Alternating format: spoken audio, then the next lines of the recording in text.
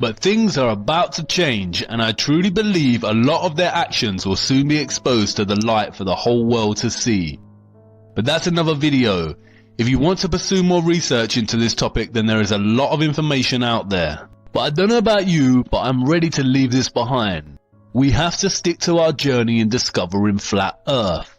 We have made it through the darkest of the rabbit holes. Come with me now to part 8. I am going to finally show you what NASA and the Illuminati satanic religion of scientism are hiding from us. In 1946, after World War II, the US Navy launched the largest expedition to Antarctica to date. Titled Operation High Jump, the mission was led by Admiral Richard E. Byrd. The official narrative of the mission's objectives were to establish a US military and scientific research bases on the continent of Antarctica. Although Admiral Byrd's previous missions to Antarctica before the war gained him notoriety, they primarily failed due to the harsh conditions. Operation High Jump proved just as treacherous, with some of the crew perishing in blizzards and plane crashes, and resulted in early termination. Operation High Jump included a staggering 13 ships, aircraft escort, aircraft carrier, a submarine, 2 destroyers and a total of 4,700 men with full battle gear in what was officially called an ordinary training exercise and attempt to establish research bases. Speaking about the operation, Byrd said that the most important result of his observations and discoveries is the potential effect that they have in relation to the security of the United States. The fantastic speed with which the world is shrinking, recalled the Admiral, is one of the most important lessons learned during the recent Antarctic exploration. I have to warn my compatriots that the time has ended when we were able to take refuge in our isolation and rely on the certainty that the distances, the oceans and the poles were a guarantee of safety. He also said he didn't want to frighten anyone unduly, but that it was a bitter reality that in the case of a new war, the continental United States would be attacked by flying objects which could fly from pole to pole at incredible speeds. Many have since theorized that the specific security risk relates to the numerous alleged covert operations that took place during the Nazi era, the most memorable being that of New Swabia and the mysterious Base 211 located within Antarctica. These theories suggest that Byrd and his crew were actually searching for these secret Nazi bases that have been rumoured to be impenetrable. There are rumours and speculations that the Nazis had developed a type of aircraft with anti-gravity, specifically the type we now associate with flying saucers, and were able to not only just leave the planet and journey into space, but also launch very powerful attacks on any challengers. Interestingly, in July 1947, just 5 months after Byrd's Operation High Jump was terminated in Antarctica, the infamous Roswell crash happened. The official narrative states that a balloon crashed into a ranch in Roswell, New Mexico, but since the incident, a growing body of theories have arisen that suggest that what actually crashed in Roswell was a UFO. Between 1978 and the early 1990s, documents were obtained via Freedom of Information Act requests which fueled these theories, suggesting a UFO had crashed at Roswell and alien bodies and technology had been recovered by the US military. A plethora of books have been written on the subject.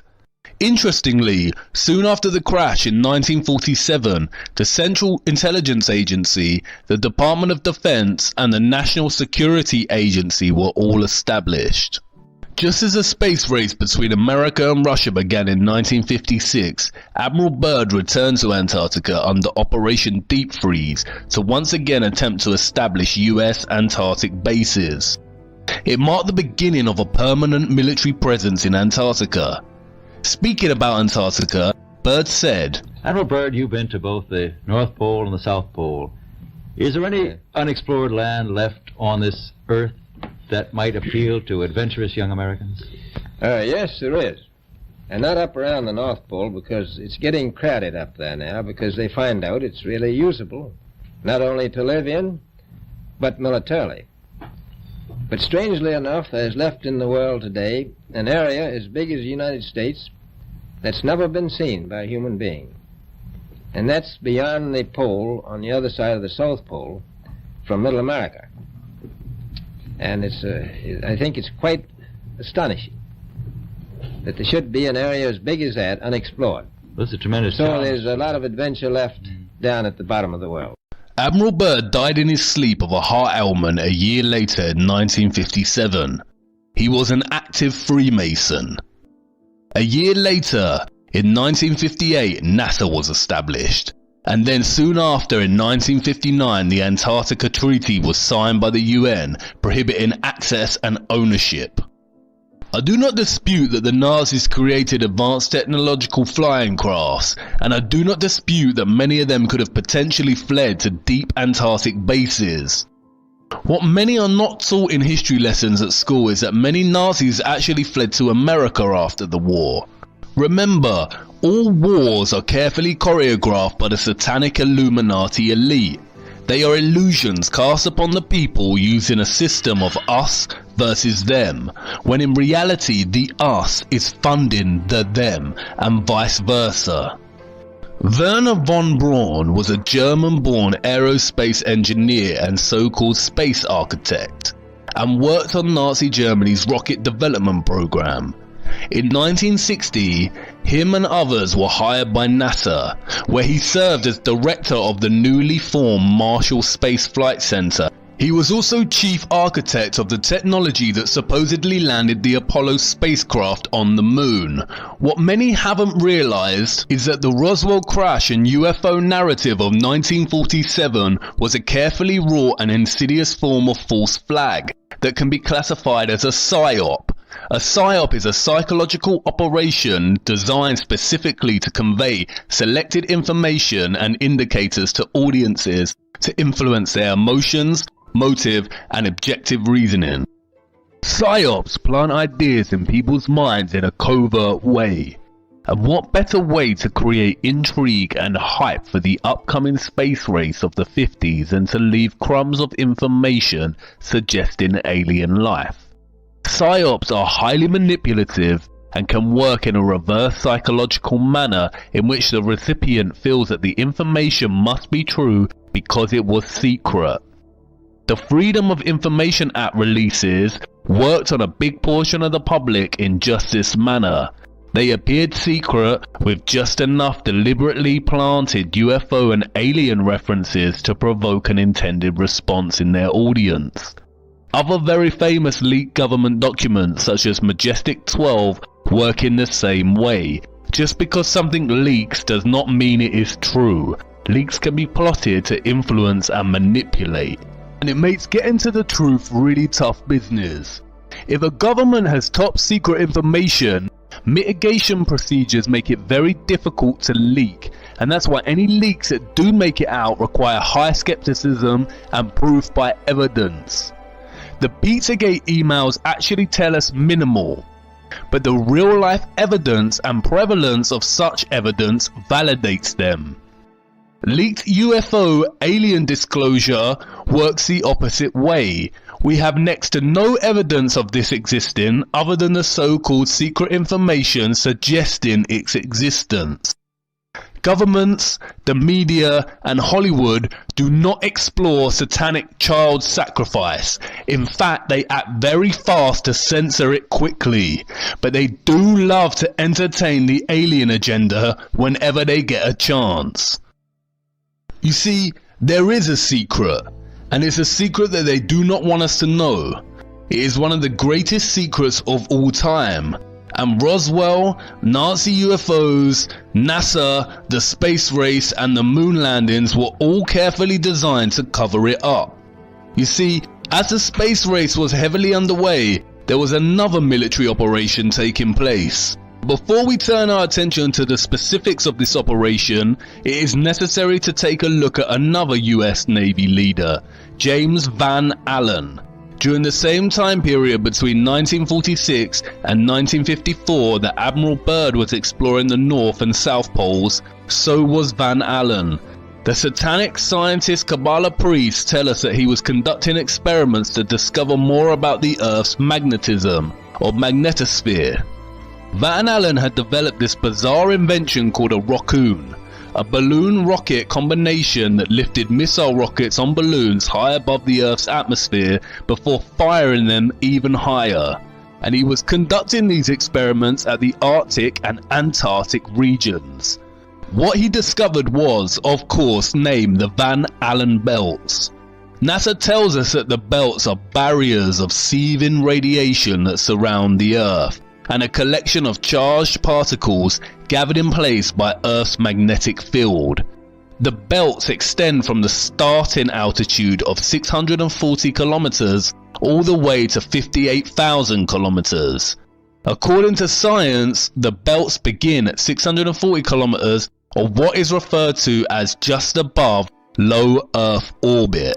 And this is where it gets tricky for NASA and the governments of the world. Listen to what they say. As we get further away from Earth, we'll pass through the Van Allen belts, an area of dangerous radiation. But Orion has protection. Shielding will be put to the test as the vehicle cuts through the waves of radiation. Sensors aboard will record radiation levels for scientists to study. We must solve these challenges before we send people through this region of space. And unlike the previous program, we are setting a course with specific and achievable milestones. Early in the next decade, a set of crewed flights will test and prove the systems required for exploration beyond low Earth orbit, beyond low Earth orbit, beyond low Earth orbit. The kinds of technologies that we're testing out on Space Station are definitely helping us with our goals of going beyond low Earth orbit. So we have a really robust exploration program at NASA. The plan that NASA has is to build a rocket called SLS, which is a heavy lift rocket. It's something that is much bigger than what we have today, and it will be able to launch the Orion capsule with humans on board, as well as landers or other components to destinations beyond Earth orbit. Right now, we only can fly in Earth orbit. That's the farthest that we can go. And this new system that we're building is going to allow us to go beyond and hopefully take humans into the solar system to explore. So the moon, Mars, asteroids, there's a lot of destinations that we could go to, and we're building these building block components in order to allow us to do that eventually. The moon, Mars, asteroids, there's a lot of destinations that we could go to. The moon, Mars, asteroids, there's a lot of destinations that we could go to. The moon, the moon, the moon. Wait, what? Come again? I thought we went to the moon. It seems like someone is lying. And now that you know about these radiation belts, do you really believe we went to this imaginary ball of rock in this tin can? We never went to the moon, and no one can go to the moon as it is not a sphere. Van Allen was approached by the military in the early 60s. In 1962, he suggested clearing the belts away by setting off nuclear bombs near the outer belt. The US military contacted Van Allen and began conducting a series of nuclear tests in the early 1960s called Operation Dominic. As the official narrative tells us, the operation included within it the Operation Fishbowl events, which were designed to understand how nuclear weapons would interact with the Earth's so-called magnetic field. The highest of the Fishbowl events was called Starfish Prime, a 1.4 megaton nuclear bomb detonated at 400 kilometers on July 9th, 1962. Why were they firing rockets and nuclear bombs way up into the Earth's atmosphere to discover more about its radiation? You do realize that nuclear bombs produce extreme radiation. You do not discover the chemical composition of lemon juice by squeezing more lemon juice onto it. And this is a secret. No one in history has ever left Earth. You cannot leave Earth. They are telling you to your face. Now, one thing I really want your generation to embrace is that the Earth is a closed system. The Earth is a closed system. We cannot leave the Earth. There's no place to go. And this is from one of the highest satanic scientist Kabbalah priests himself, straight from the goat's mouth. See, these Satanists just have to tell you. They are hiding it in plain sight again. And they're getting away with it because they are relying on both our inability to get our heads around the bamboozlement of impossible figures and phenomena, and they are also relying on our blind trust in the scientific institutions of the world and their word. No one has ever left flat Earth. It is a closed system, and not because there are radiation belts. No one has left because there is a dome-like roof above of what is better understood as a firmament. We cannot leave the Earth. This is what Admiral Byrd discovered in Antarctica. They discovered the foundations of the firmament. And that's why you cannot go to Antarctica. It is literally the edge of the Earth. And I know what you're probably thinking. What? This is going from crazy to crazier to insane. But by now you already know what I am going to say. Let me show you.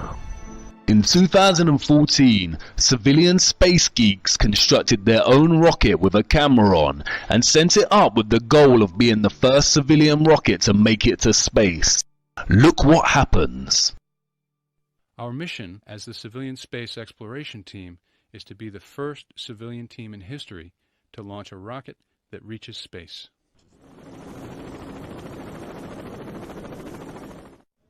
All systems are go for launch. T-minus 10 seconds.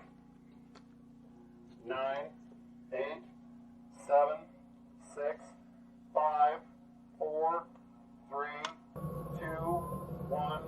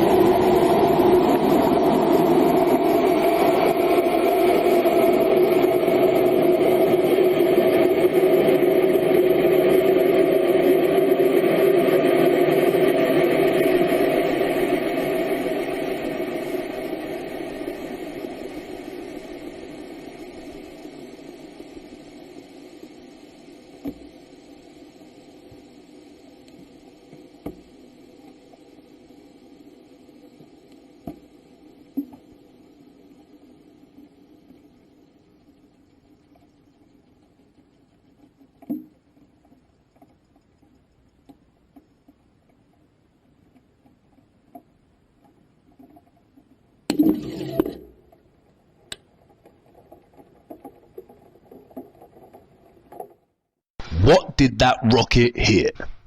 If there was a high amount of intense radiation up there, it would have scorched that mini rocket to pieces. There is no radiation above us covering a globular spinning planet ball. It is a flat, stationary plane with a firmament above. And I know that you want to scream and say that does not prove anything. The rocket's engine could have failed. But take it easy. We are just getting started. You see, what they never told you in school is that every single civilization in our Earth's history knew that the Earth is flat and there existed a firmament above our heads. They were trying to tell us, and illustrations throughout the years have brought their conceptions of the world that we live in to life. Look.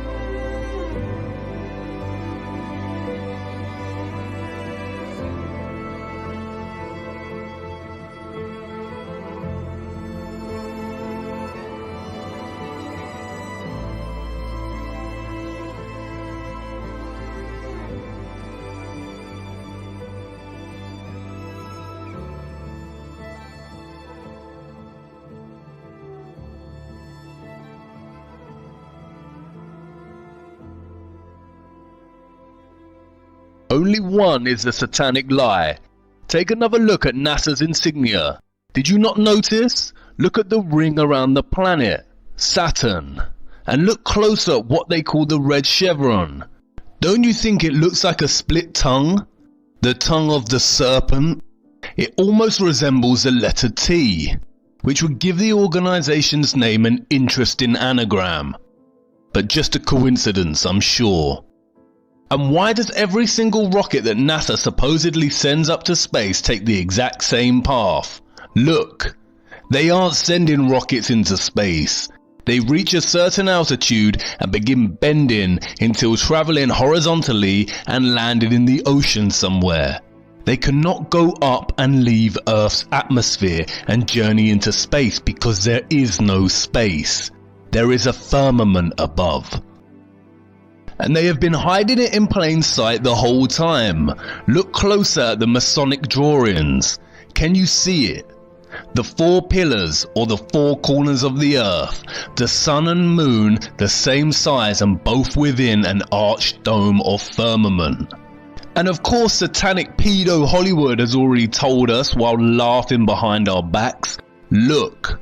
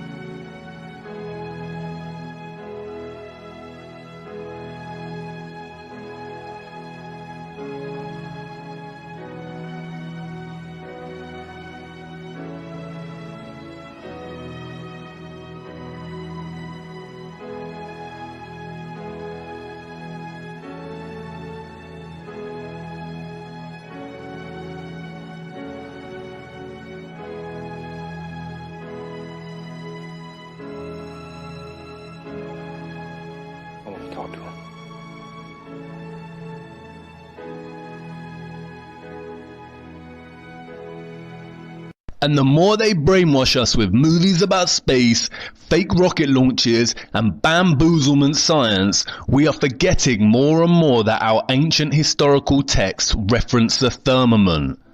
The Book of Enoch, a non-canonical biblical text that was discovered as part of the Dead Sea Scrolls, reads, "And I saw the cornerstone of the earth, and I saw the 4 winds which support the earth, and the sky, and I saw the winds which turn the sky and cause the disk of the sun and all the stars to set, And I saw the winds of the earth which support the clouds, and I saw the paths of the angels.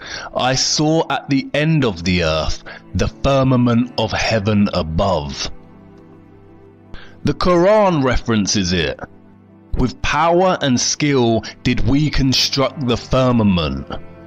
The book of Job, which is older than the Torah itself, references this very firmament. Hast thou with him spread out the sky, which is strong as a molten looking glass? What does that mean? A molten looking glass. I guess I'm up against the highest, hardest stained glass ceiling. So I guess I'm up against the highest, hardest stained glass ceiling.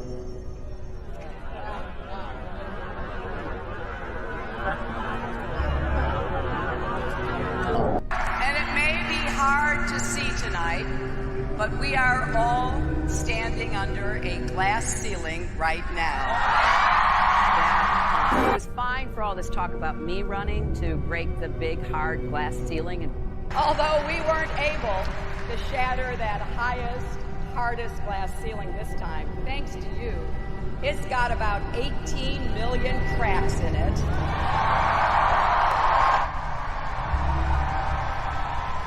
And the light is shining through like never before. There's a mystery. Scattered around in the sand are thousands of chunks of strange yellow-green glass. It is really, really a mysterious glass. We scientists are still kind of puzzled how these things form. And I can't believe we just put the biggest crack in that glass ceiling yet. It's got about 18 million cracks in it. Again, they are telling us. And the crowd claps and cheers in their own ignorance. They are telling us while laughing behind our backs. But wait a minute. The firmament cannot be made of super strong glass, or that rocket would have been shattered upon impact.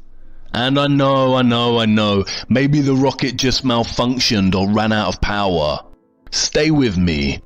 Interestingly, the biblical book of Genesis holds some clues to this mystery. And God said, let there be a firmament in the midst of the waters, and let it divide the waters from the waters. And God made the firmament, and divided the waters which were under the firmament from the waters which were above the firmament. And it was so. Could there really be water just above the firmament and directly below it? It sounds like an absurd concept. Not as absurd as bending oceans wrapped around a spinning space ball, mind you. So let's investigate. It's the stars and the planets themselves that offer more clues. In case you forgot, the planets that NASA and other official space agencies show us are CGI, or artistic renditions. We have seen their lazy Photoshop skills exposed in previous episodes. We see something very different when we use an advanced and powerful lens, like found on Nikon cameras, and look at the planets above us. Look.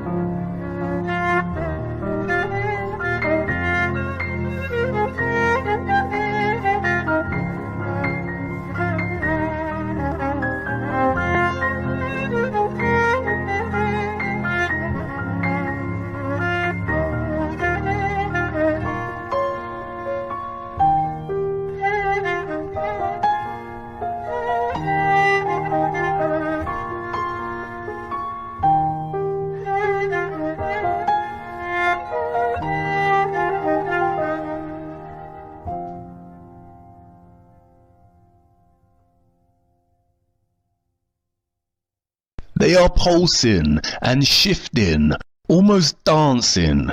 NASA says this is because of the Earth's atmosphere, but as we just saw, not all of them follow the same pattern. Each planet here radiates its own specific patterns and light movements. You see, what we call the planets are actually stars like the rest of the stars we see at night. And the sun is a sun, not a star. This is a star, and this is a sun.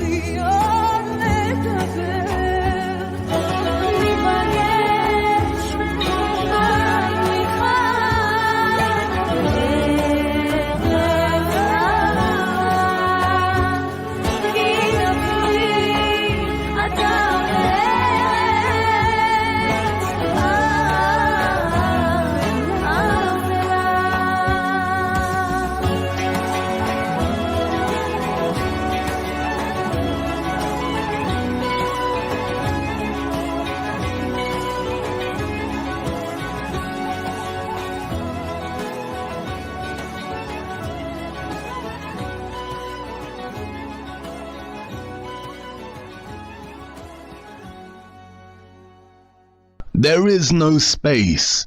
No Kabbalah Ein Sof vacuum of nothingness. Space is an elaborate hoax. Real space is water. And the water below the firmament appears to be some kind of gooey substance that is paradoxically soft and yet impenetrable. They cannot get through it. And it seems that one scientist found a similar kind of substance within the dark depths of the ocean. One of the strangest places on the ocean's floor was only just discovered in the 1990s. I might agree as one of a handful of people to ever see it in person. Without a doubt, one of the most amazing things that I had ever seen in the bottom of the ocean. It was while filming for Blue Planet. It was in the Gulf of Mexico. I noticed there's something out in the distance. Couldn't tell exactly what, but it looked like a dark band. And as we approached it, the dark band became a donut. I saw this donut that was black in the center. What the heck is that? And so as we get closer and closer to it, I noticed that the black band had what appeared to be kind of steam over it. And then I looked, and there was water lapping against the shoreline. This band was a ring of mussels. And inside the ring of mussels was a lake. And it's like, wait a minute, I'm already underwater. We went out over the water in this lake and tried to descend in it and bounced off. It was so super saline and dense that the submarine couldn't go down in it. We literally bounced off, and as we bounced off, we sent ripples heading back to the shoreline. It was insane. I've never... NASA tells us that our globe is spinning at 1,000 miles per hour on its axis and 67,000 miles per hour around the sun, which is then traveling at 570,000 miles per hour within our galaxy. If this was truly the case, then we would not see the same constellations in the same places in the night sky. The night sky would be completely random and perpetually changing. But it isn't. As we've seen, the stars above us, attached somehow to a great, immense and mysterious firmament, travel in circular motions around our flat, stationary Earth, with Polaris, or what we call the Northern Star, a fixed unmoving point in the center and above the center of our Earth at the North Pole. We've been told that comets are huge ice particles that, when passing within the distance of our sun, begin to melt, which causes them to release gas and create a trail and tail. They tell us that comets can travel 100,000 miles an hour. But they are lying again. Here is time-lapse footage of the recent comet Neowise.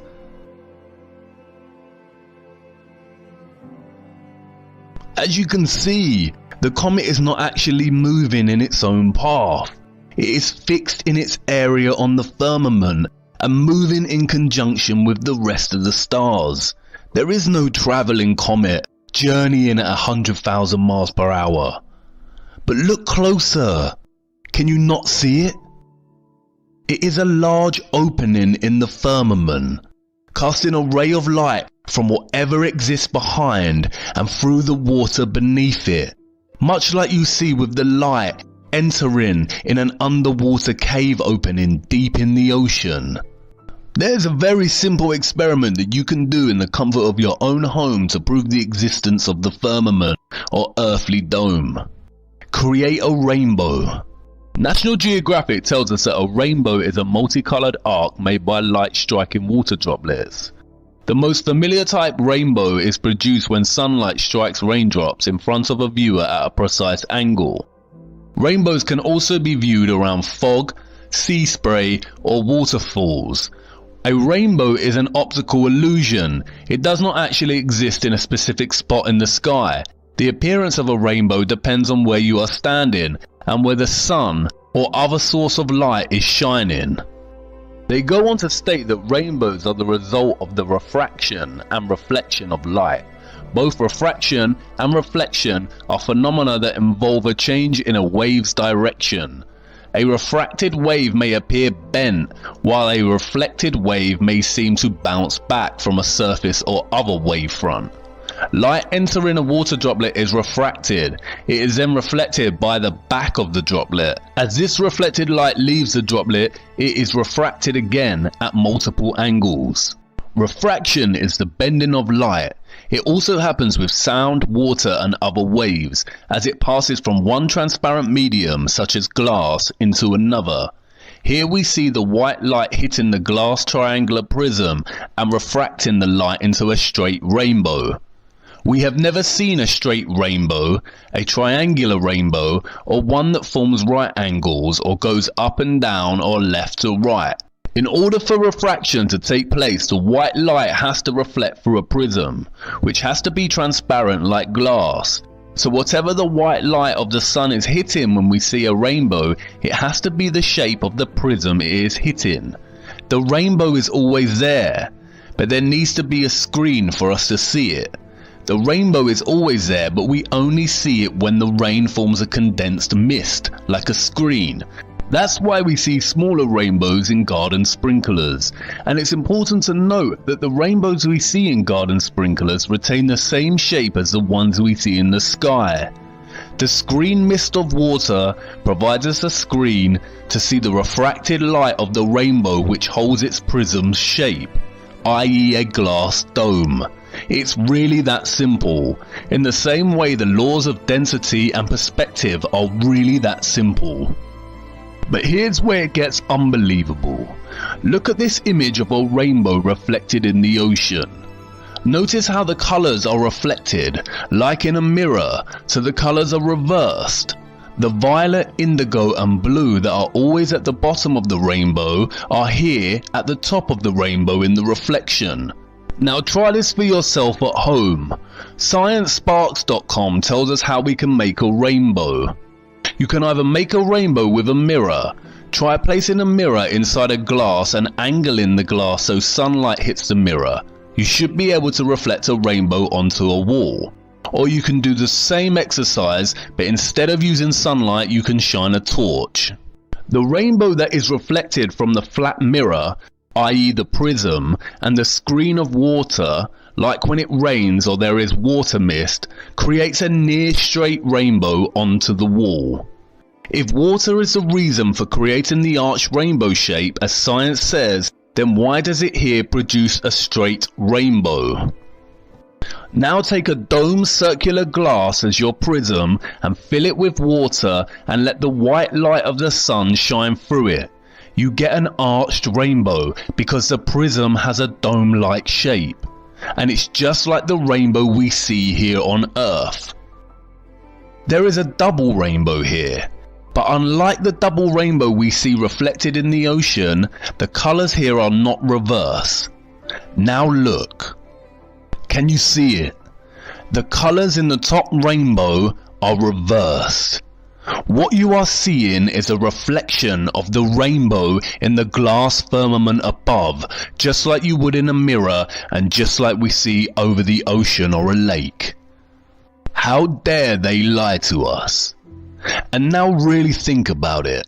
Why would a satanic Illuminati network of individuals who have all the money, power and control in the world, and who molest, rape, torture, murder, drink the blood of children and worship Lucifer, want to hide that our earth is flat and that there is a firmament above and the sun and the moon are local and within our dome? Why hide the true nature of our earth from us? Well, if they worship something immaterial they call Lucifer and convince everyone that is not in their little cult that they are the product of a nothingness that randomly produced a small speck which then randomly expanded and created matter and life, then you remove all possibility in the person's mind that their life is anything more than a random coincidence. However, if the Earth is a closed system with a firmament above, then it really requires serious speculation and consideration as to how our ancient ancestors and various ancient and biblical texts knew this.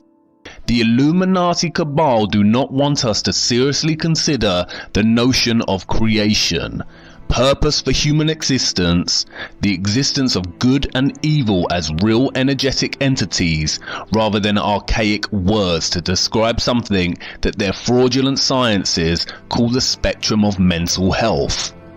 The satanic Illuminati power complex cast humanity into the dark and kept the knowledge for themselves. Again, they worship something immaterial, which they call Lucifer, and sacrifice children to whatever this thing is, and all the while control every aspect of knowledge we receive. We go about our days with heads down, glued to our smartphones, downloading their programs and information that keep us brainwashed, when our eyes should be looking up to our firmament and the stars attached within it. But wait, there's more to the story. As we saw, they called the nuclear missile events of the 1960s Operation Fishbowl, and this operation was part of a larger one, Operation Dominic. The name Dominic comes from the Latin Dominicus, which means of the Lord. So together we get Fishbowl of the Lord. Again, it's there hiding in plain sight. The actions committed against children are the greatest of all sins and crimes, but this comes very close. There is nothing more satanic and evil than hiding the true nature of what humanity really is and what exists beyond. Could there be a God? I don't know. The biblical texts, which hold many truths and clues, have been tampered with by the satanic body of elites. The Bible used to contain over 80 books, but some were removed and hidden. It now contains 66 books. 66. That number again. Something I did not want to show you until this point in the series are the true mathematical calculations of the Masonic science of the heliocentric Earth. We are told it spins on an axis of 23.4 degrees. If a straight angle is 90 degrees, and we subtract the 23.4 degrees of the Earth's tilt, what number are we left with? 66.6. I have told you that the Earth orbits the Sun at 67,000 miles per hour, but you see I rounded up. Wikipedia gives us a true Masonic figure, 66,600 miles per hour. I have also shown how, according to the heliocentric model, the Earth should curve at 8 inches per mile squared. What is 8 inches in feet? At this point you already know. It's 0.666. And look at what latitude they tell us that the Arctic and Antarctic poles are located at. 66.6 latitude. Can you see what is happening? How many coincidences before mathematically impossible? They are lying to us. There are no coincidences. Coincidence and randomness is Kabbalah science. I have saved this until now because I wanted to show you first. Buried deep within hundreds of pages of declassified CIA documents that present abstracts or cover notes of Soviet scientific studies, there are a couple of cards from the 1940s and 60s that are very telling. Here is an abstract outlining a study they were conducting on photographing the firmament. The full studies are not accessible to the public, but we can see here that they have produced a camera that can take a photograph of the firmament in its entirety all the way down to the horizon.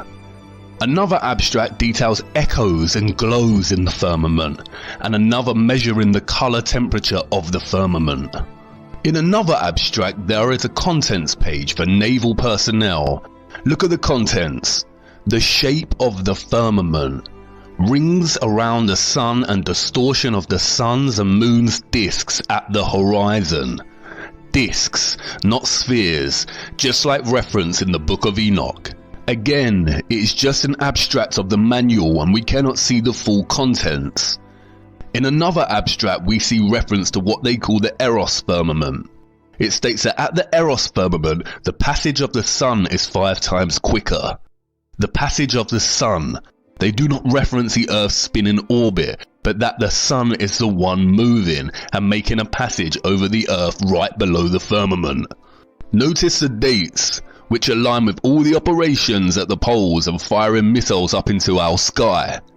The reference to a firmament is scarce and almost unnoticeable in the hundreds of pages that were declassified, but it is there. And there is a huge difference between these declassified documents and the government leaks I spoke about earlier, like that of Majestic 12. Barely anyone has ever noticed these snippets of study abstracts. I would say that it was by negligence that these references were even declassified within hundreds of other pages of unrelated material in the first place. But I don't think it's that. It's complacency. No one is ever likely to come across these buried documents, and if they did, I doubt they would think twice after skimming over a study title referencing the firmament. The space heliocentric hoax has been so ingrained in our minds from our early years and reinforced on a daily basis in ways we don't even think twice about, it would never occur to us the significance of such references in documents of the 1940s and 60s. But it is there, hidden in plain sight. Even the Simpsons have told us. Santa Claus kicks and deals. It's a long fly ball going back. And the ball shatters the sky, bringing the ocean itself down into the stadium. Oh, and you remember Nazi aerospace engineer Werner von Braun, who was a leading director at NASA upon its founding and a leading figure in the Apollo moon missions? Well, he died in 1977. Look at his grave. It references Psalms 19:1. What is that verse? The heavens declare the glory of God, and the firmament showeth his handiwork. You see, it's always been there waiting for us to notice. We just fell asleep as children to bedtime stories of space explorers and never woke up. Space is a highly manipulative and controlled psyop, an elaborate hoax to control us and destabilize us from our true human nature. It is the greatest lie of all time. And I know what you're thinking. If space is fake, does this eradicate the possibility of alien life? I can almost feel the disappointment in you, just like all those years ago when you discovered Santa was not real. But no, it doesn't mean there isn't other life, and I implore you to consider the potential vastness of a new kind of space and land beyond the poles that Admiral Byrd was referring to. Again, it's been right in your face the whole time. ETs, extraterrestrial, aka extraterritory. Don't worry, I am not going to ruin the excitement your imagination feels when it thinks of extraterrestrials. In fact, I'm going to enhance it. But before I do that, however, we need to examine more of our flat stationary plane that is bound by the wonder of our firmament and the waters above. We still have time, and I need to make an important stop first. Come on, move swiftly. Follow me to part 9. I need to show you the panic they are in now their little secret is starting to emerge.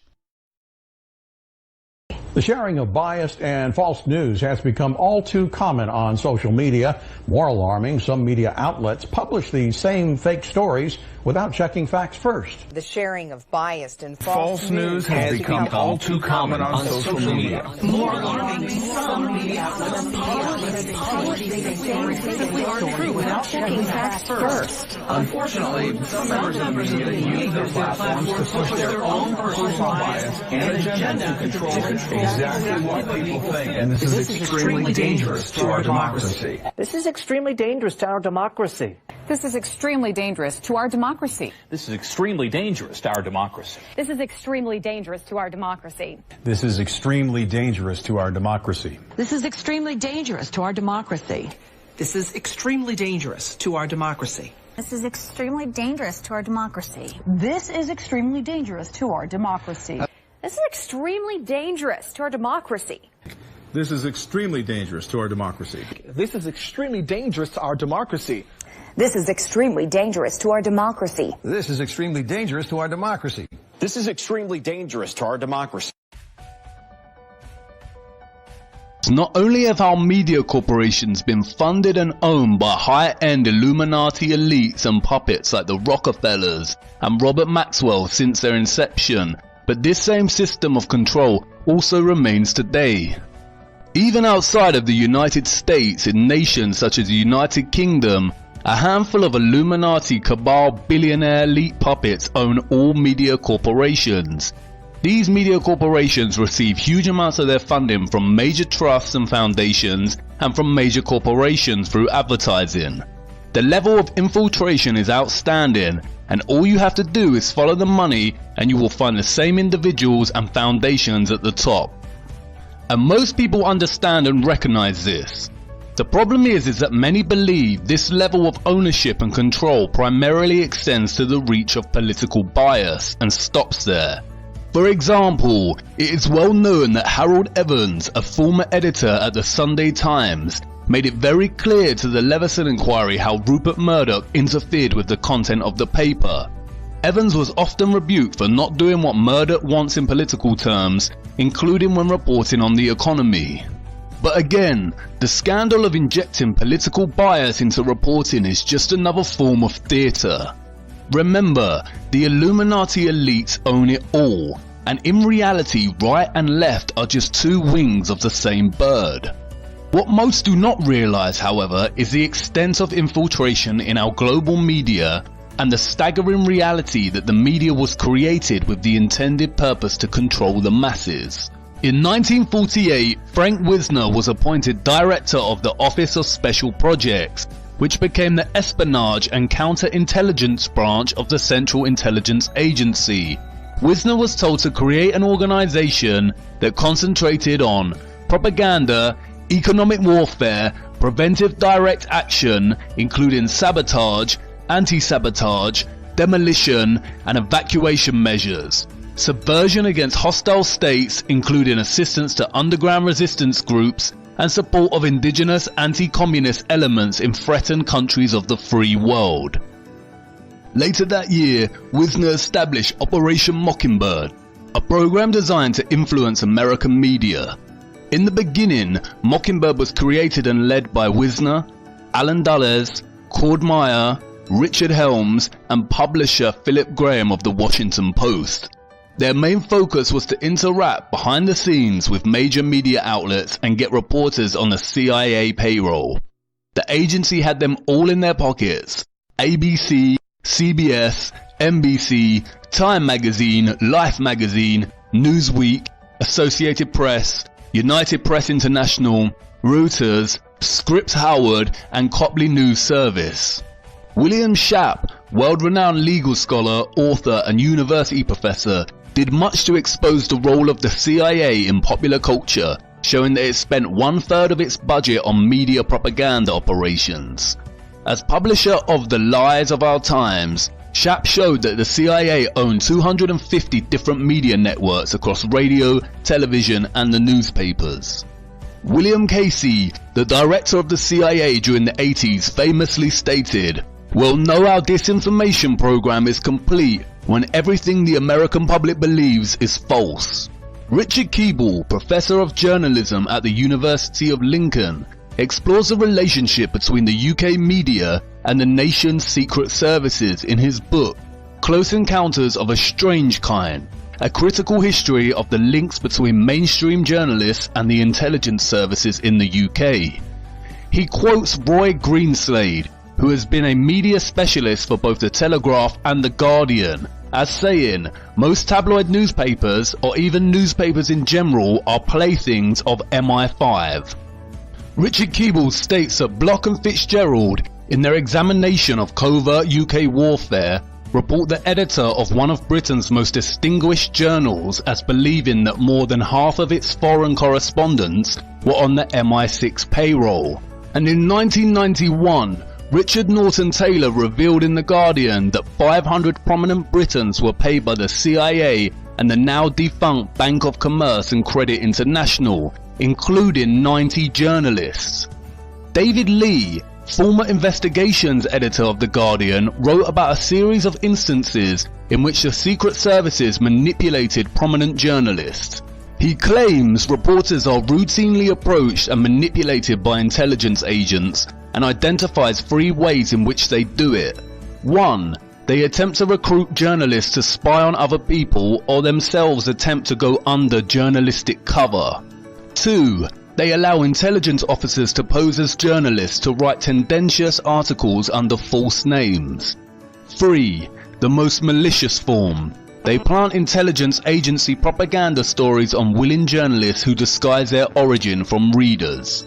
Robert Maxwell, father of Ghislaine Maxwell, owned the Mirror Group newspapers. He was also a triple agent for the CIA, MI5 and Mossad.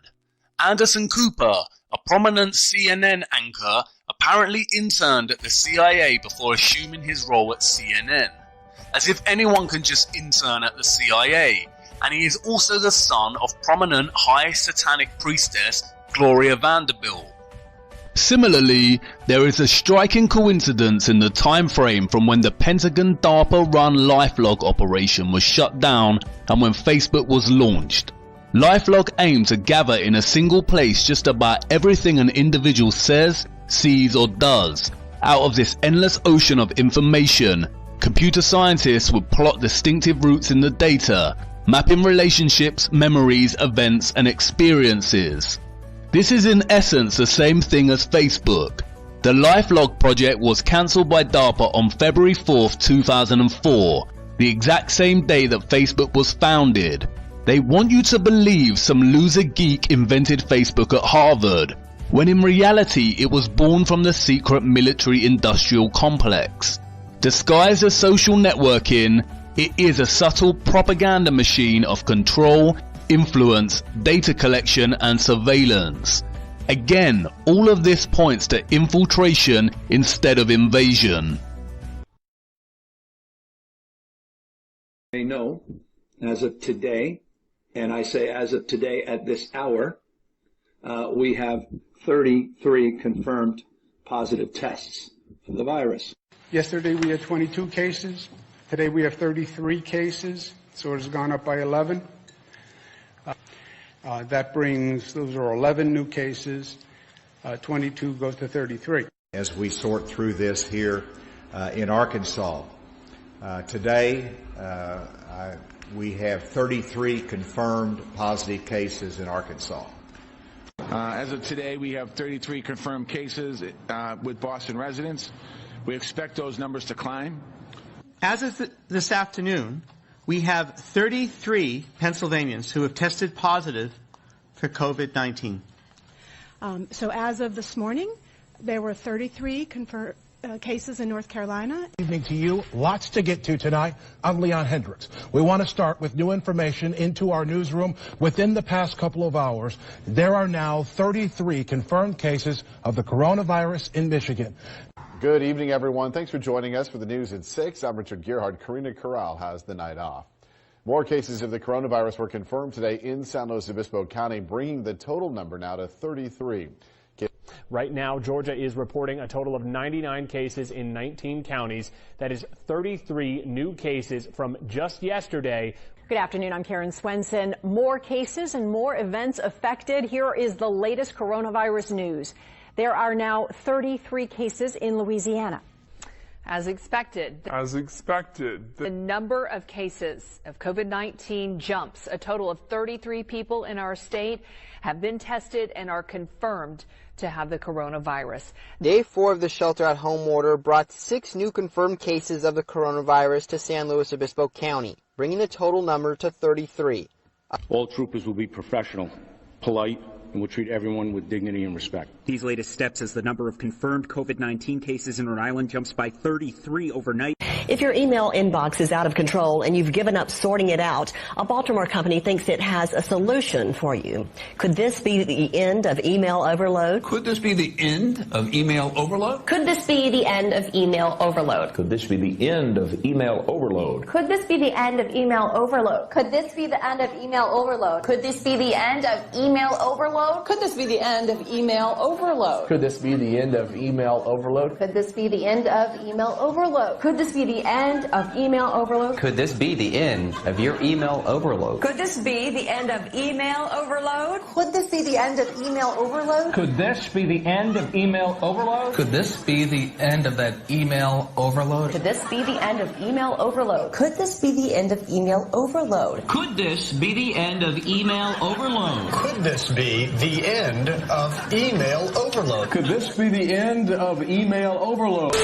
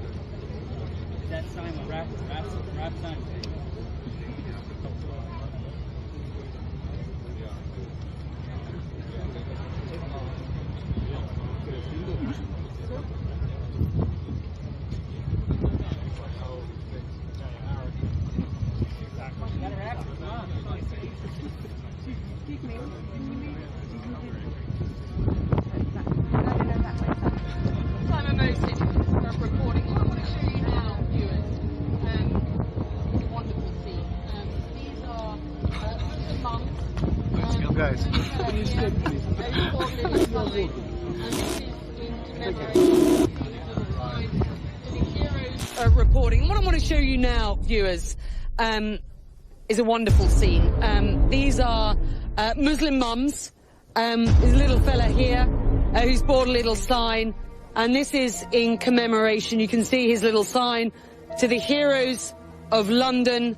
There are flowers on the street here.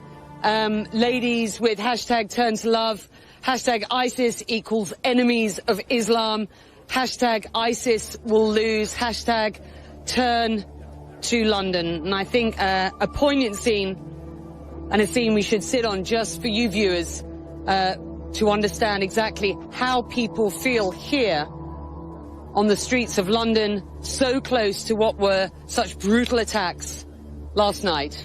These supposed coincidental headline and update echoes between news anchors and reporters sounds very scripted, because they are. Just in the same way the ethnic inequality stand was staged in London. The media complex is a highly compromised industry that ultimately has the most power over the entire world. It is in the grips of the Illuminati, compromised secret services, a select handful of billionaires, and carefully disguised plants. Whatever they say, we believe. It is truly the most powerful entity in our world, and its grip extends far beyond journalism. On the 18th of October 2019, a high-level pandemic exercise called Event 201, hosted by the Bill and Melinda Gates Foundation, gathered some of the big shots of the world to run a simulation and plan in the event of a global pandemic. They used the example of a coronavirus. What foresight they had. Even the stuffed toys they handed out on the day looked similar to the media's representation of COVID-19. In segment 4, they discussed communication strategies. They began with a mock news report and then discussed how to control and disseminate information. Here is a clip. Okay, others, yeah, Jane. Yeah, so can I agree with that? And my fact, it did come from the Edelman Trust Index, you'll be pleased to know, but also borne out by the work I've done as a CEO in my time. Can I also add that I think there are real technology opportunities here. I personally do not believe that trying to shut things down in terms of information is either practical or desirable. And we do have, I think, a couple of strategies that are available to us, one of which is the flood strategy, second of which is relying and informing and equipping trusted sources of information with the facts so they can then pass that on. But we also need to actually think about a technological answer to this. So there is work that's being done to actually create algorithms to sift through information on these kind of social media platforms. And I know that the Gates Foundation and others are funding organisations to work on things like this in order that people can actually have more confidence in the sources that they will use in any event.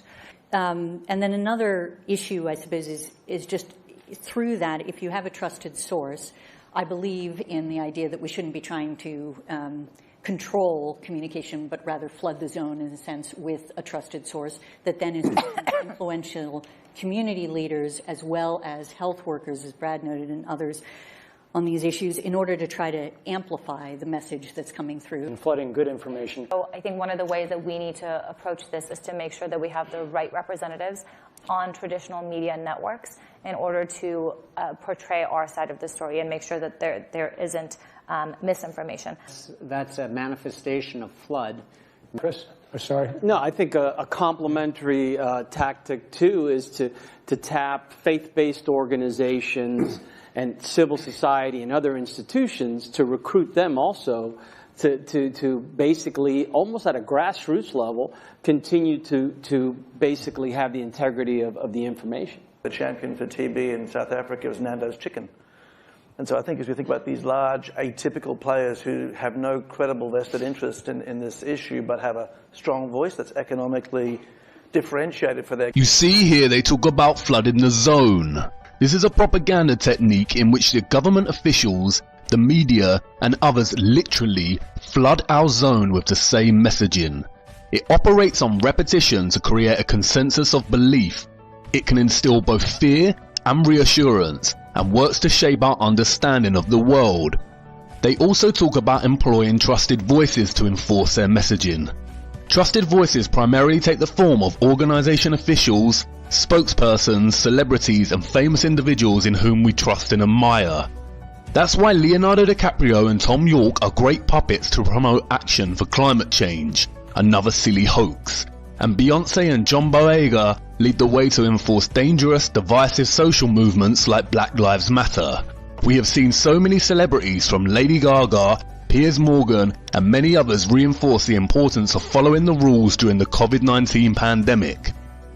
Celebrities and Hollywood stars, as we have seen, are complicit in the satanic Illuminati complex, and they have everything in the world, but there will be times when they are called upon to do the work of steering our minds in certain directions. It is these same tactics of manipulation that we see in the coverage of Flat Earth. Throughout the last 5 years, as Flat Earth was gaining popularity and people were beginning to question the absurdity of living on a giant spinning space testicle, many took to social media platforms such as YouTube, Facebook and Twitter to collectively start exploring the notion that our Earth is not a globe. Let's examine the media's response to this and the use of trusted voices. We're going backwards. Like you talk in the book about how we now have to listen to people saying the Earth is flat. Yeah, yes, that's one of the pieces in there is about the new Flat Earth International Conference. It isn't a conference from the 14th century. This is a conference that started, I think, in 2017. And it is a growing thing, and that's because people are so contrarian, people are so willing to believe unsubstantiated things that have websites, that they are now going back on the conclusion we have all rightly drawn about the shape of the planet we live on. And that people are sort of going, and by people I mean idiots, and saying, I'm a questioning person, so why am I going to go along with this idea that the world is round? Well, I'll tell you why, because people went up in a rocket, looked out of the window and took a bloody photo. Put aside the fact that we've taken photographs of it and you can see a horizon, and not only can you see the horizon, but you can see things move behind the horizon or in front of the horizon, depending on the height that you choose to look at the things.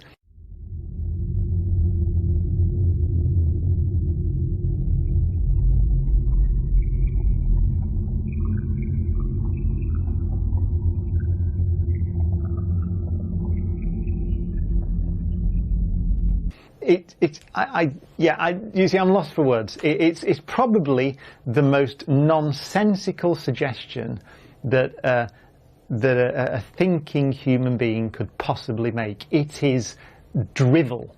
In the Middle Ages, what shape did people think the world was? Flat.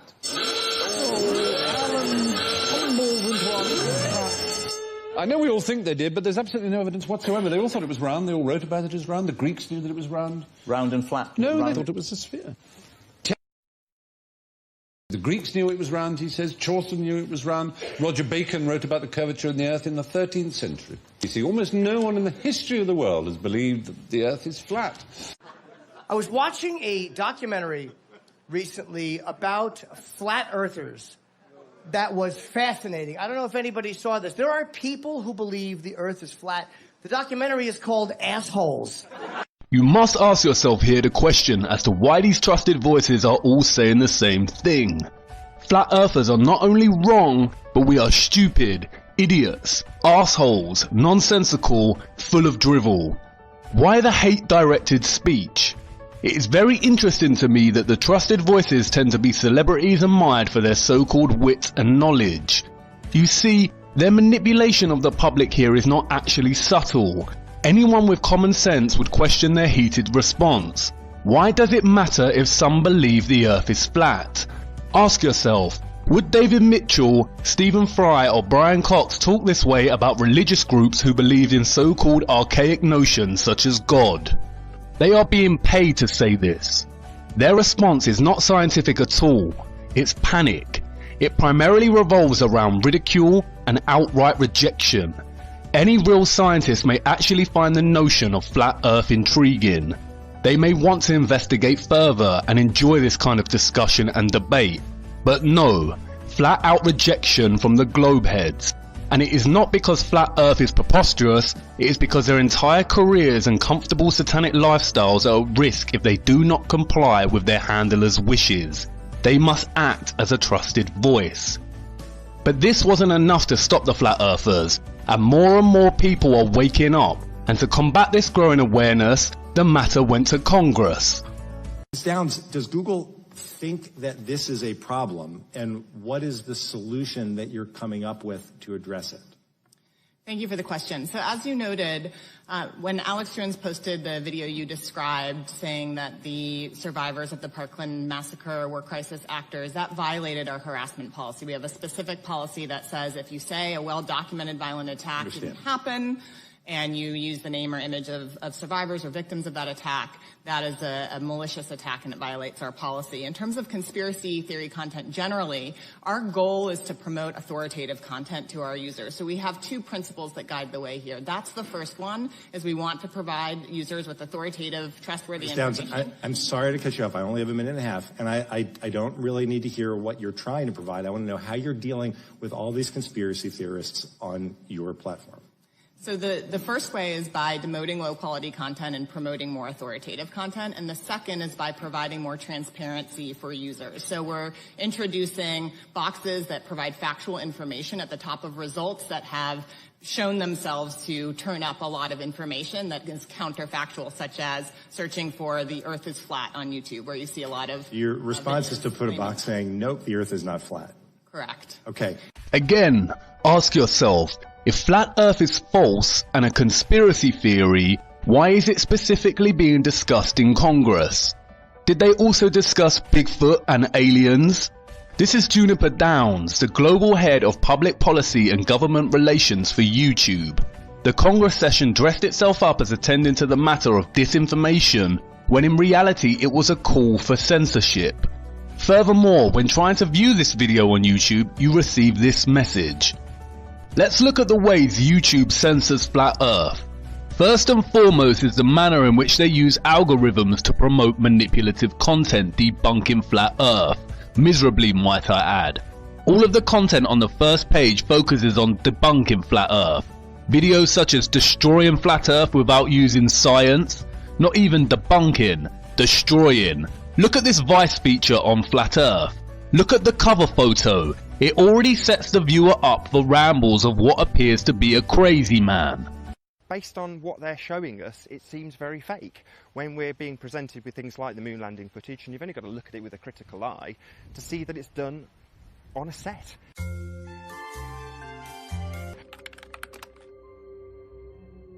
Is the moon fake news? No. But does the moon have fake news surrounding it? Yes, absolutely. Of all of the celestial bodies, it's the one that would most indicate sphericity, is that the right word, being spherical, and therefore it's used by people like NASA to prop up the notion that we are living on a sphere also. So it's used to perpetuate fake news. And what about a Guardian feature on the so-called Flat Earth Society, titled Meet the People Casting Aside 2,500 Years of Science? And what about the BBC's coverage of this topic?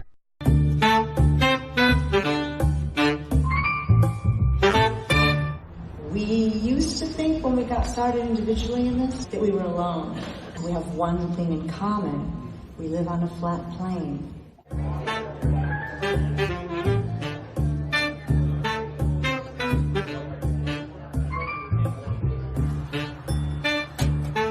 When you're watching videos at home, it's just you and the screen. And it's lonely. I came here because I needed to see what flat earth people looked like. And I was not disappointed. They look normal. Very few people overweight. About 30% of them are cigarette smokers. And only 4 of them that I met are from around here. Can you see what they are doing? They are creating a false narrative to promote a false demographic of people that believe the earth is flat. Primarily fringe outsiders shouting in unhinged ways on the streets, people having midlife crises, who have lost their wives or dress ridiculously, but consider themselves normal. The media are generating a perception of the type of people who will believe the earth is flat, and it is highly manipulative and plays into the concept of what Charles Bukowski called the genius of the crowd, the predictable propensity in people to always side with the masses out of insecurity, for fear of being rejected and ridiculed. No one would want to associate with a demographic of people that are represented as outsiders on the fringe of society. If the majority believe something, then most will follow. It applies to many things in life, from trends, reviews and critical acclaim, and to political beliefs and worldviews. People are attracted to the mass opinion. No one wants to be associated with a flat earther after watching these videos through fear of being laughed at, or they will stop in their exploration of flat earth because the media represents a community as a collection of fringe or insane individuals. It isn't glamorous, or even given the intellectual recognition it deserves. There is no in-depth discussion of the science behind the flat earth model, just a forced demographic narrative. The media here intervene to stop people even giving it a chance. YouTube pushes this content to the forefront. Another selected video is titled, How Average People Fall for Flat Earth. What do they mean, average people? They are patronizing us and playing the same tired hand of promoting bamboozlement as some kind of exclusive genius that the ordinary folk cannot fully grasp. YouTube's content fluctuates between making fun at the so-called flat earth idiots, aggressive debunking videos, and comedy sketches where people ask, if the earth is flat, why does no one fall off the edge? Flat earthers have never once said that there is an edge you can fall off from. And this type of redundant humour is enforced with memes. If you Google search flat earth, not only do the algorithms push forward similar content, but its image search is filled with satirical images that misrepresent the entire argument put forth by the flat earth community. You see, terms like flat earthers and flat earth community create a false idea that there is a unit of people that all hold the same specific beliefs. I am using it in this video for the sake of argument, but in reality flat earthers are just people digging for the truth, all with very different views and conclusions drawn from extensive research. But back to YouTube. They also censor searches when looking for something more specific. Here I type in Eric Dubay, a prominent flat earther and one of the smartest people I have come across on YouTube. YouTube promotes 2 of his current content before flooding the zone with the same trashy pseudo-scientific debunking videos. You see, they can't be too obvious in their censorship. Furthermore, when typing in flat earth, users are greeted by this sinister push at the top of the page. This is what Juniper Downs was talking about in her response to Congress. It is an insert from Wikipedia. Just an innocent bit of context to this field of inquiry that stresses that Flat Earth is an archaic, outdated mode of thinking about the world. If you type in Bigfoot, aliens, universe, you are not greeted with any such context box. Why not? And it doesn't stop there. YouTube has attached this sly context box to all prominent YouTube channel videos. And more sinisterly, YouTube removes Flat Earth videos, bans them, depopularizes them by removing likes and subscribers to people's channels.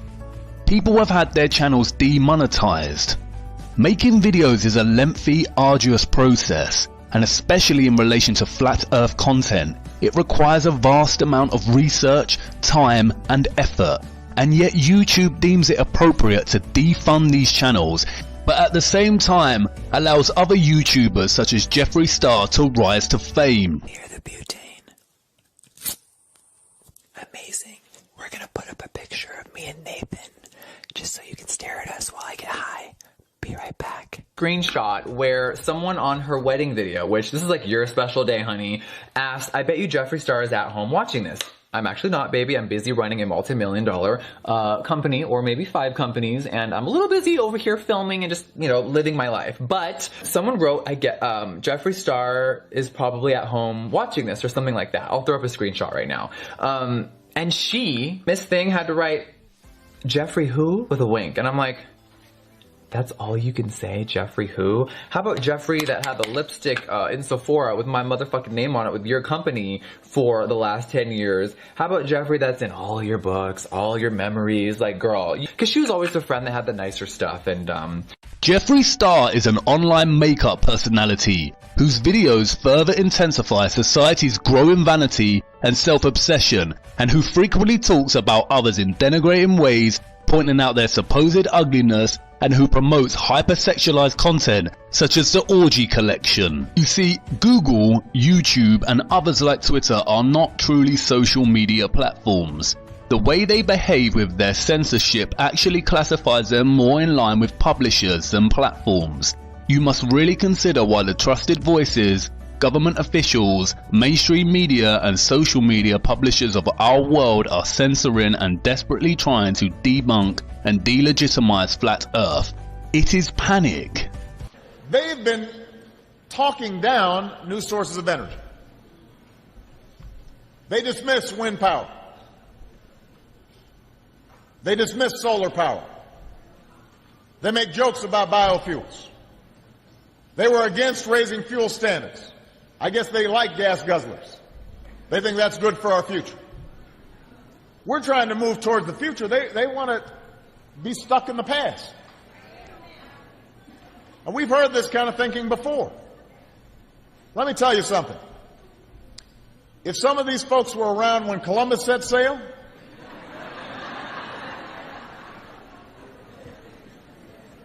they must have been founding members of the Flat Earth Society. They would not have believed that the world was round.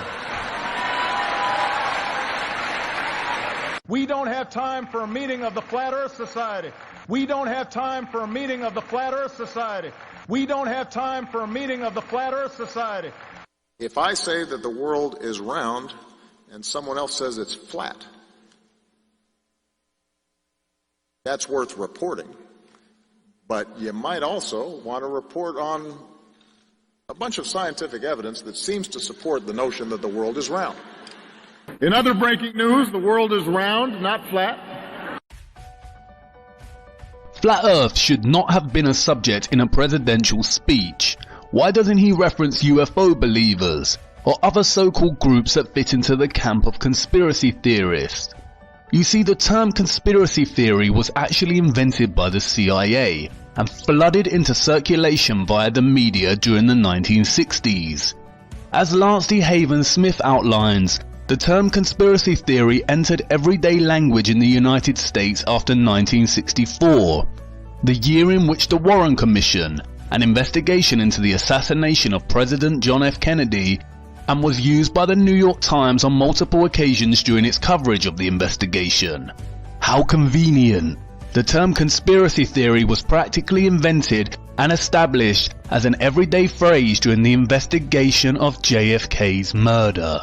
You see, the real conspiracy theorists actually believe that the government officials and trusted voices care about them and would never lie, and that the media would never mislead or lie to them outside of political bias in the same way they believe that the pharmaceutical industry, which makes billions from the sickness of the people, want to really cure them.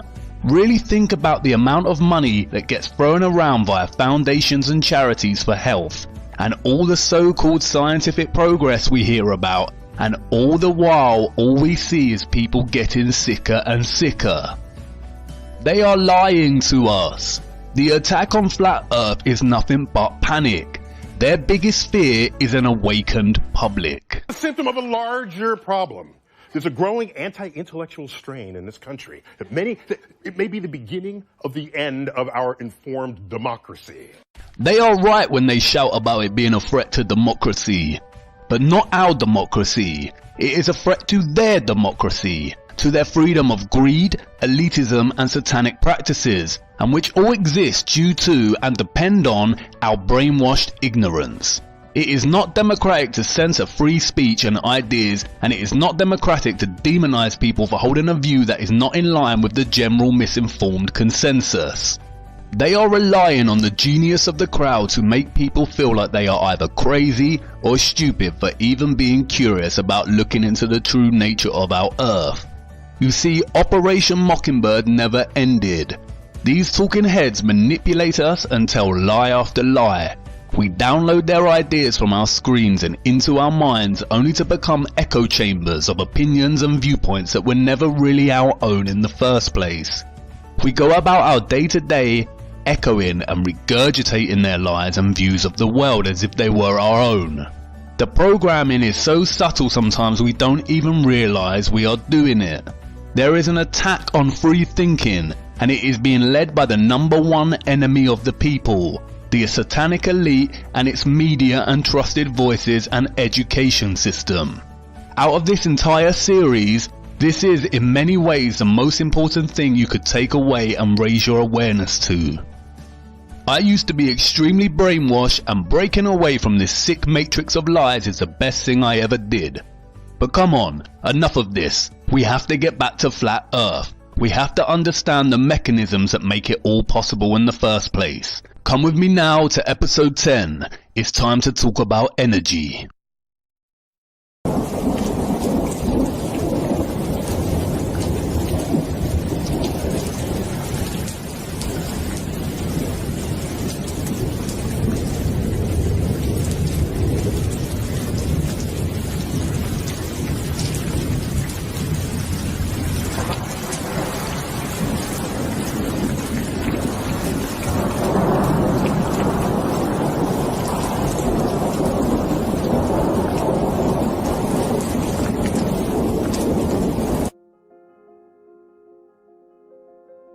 On the 10th of July 1856, a genius was born. Nikola Tesla, a Serbian American, would go on to discover and innovate some of history's greatest inventions. Without Tesla, we would not have access to electricity like we do. Tesla designed alternating current electricity, the system used across the Earth today. He created the Tesla coil, which is still used in radio technology today. His inventions include, but are not limited to, dynamos, which are electrical generators similar to batteries, the induction motor. He discovered radar technology, X-ray technology, remote control, and the rotating magnet field, the basis for most alternating current machinery.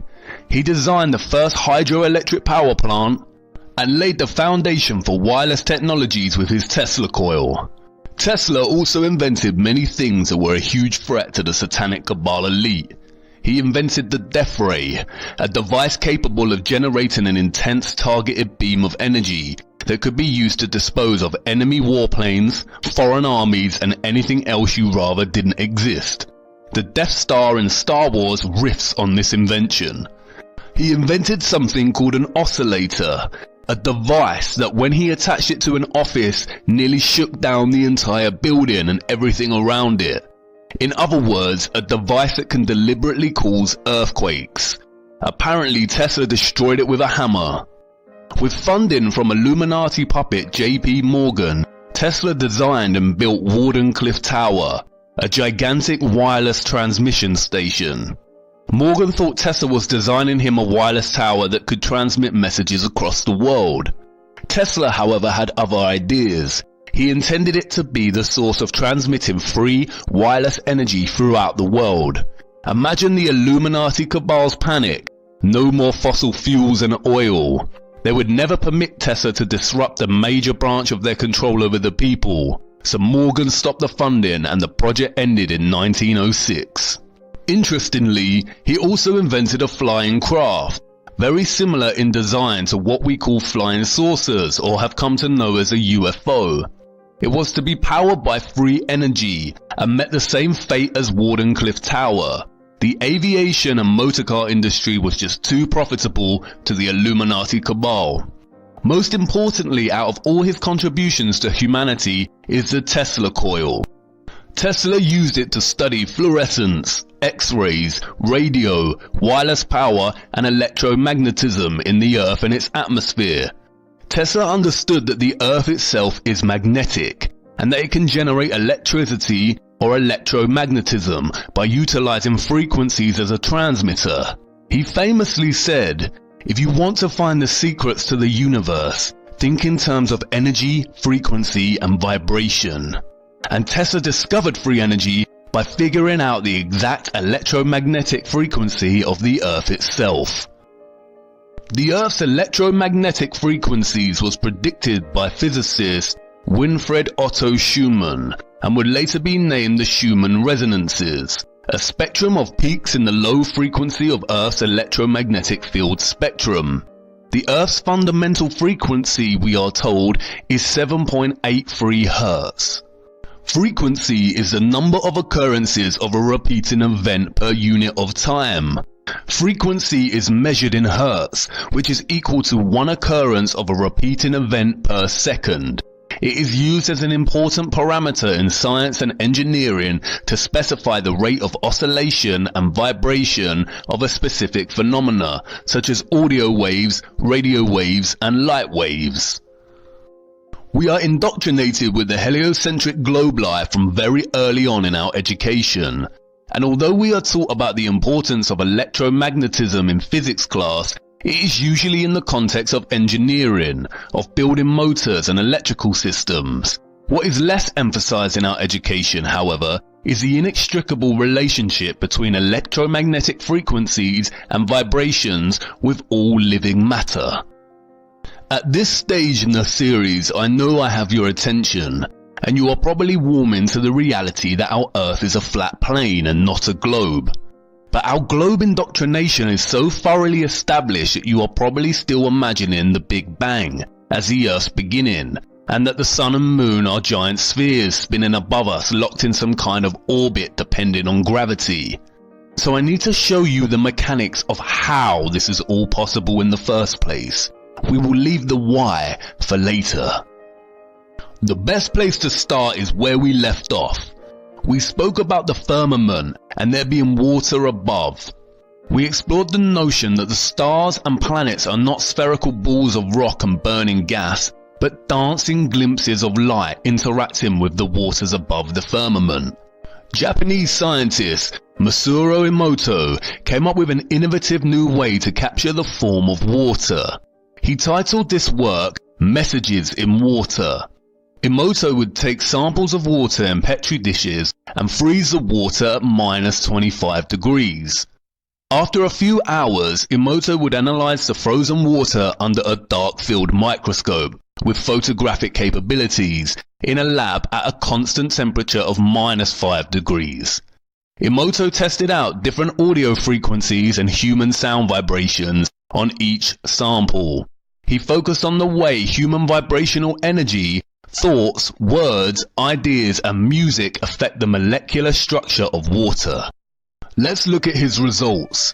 This photo shows the beautiful geometric design of the Shimanto River, the last clean stream in Japan. Notice the beautiful geometric form, similar to that of a snowflake. This one is of Mount Cook's glacier water in New Zealand. This is a photo from the fountain at Lourdes, France. This one, however, is from a highly polluted river. Look at the comparison of polluted water with clean river water. Emoto decided to see how music affected the shape of water.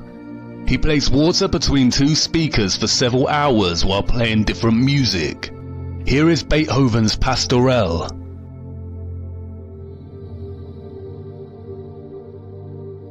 This one is Bach's Air on the G string.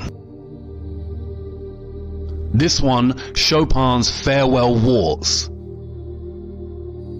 This one from Generic Healing Music. Look at this shape produced by the Kawachi folk dance. This one shows the result of heavy metal music. Like before, here is a comparison of metal and healing music. Emoto took the experiment a step further. He decided to look at the effect of human words and phrases spoken into the water, and by writing these words down and taping them to the glass overnight. Here is thank you. Here is love and appreciation. This one shows the effects of you make me sick, I will kill you.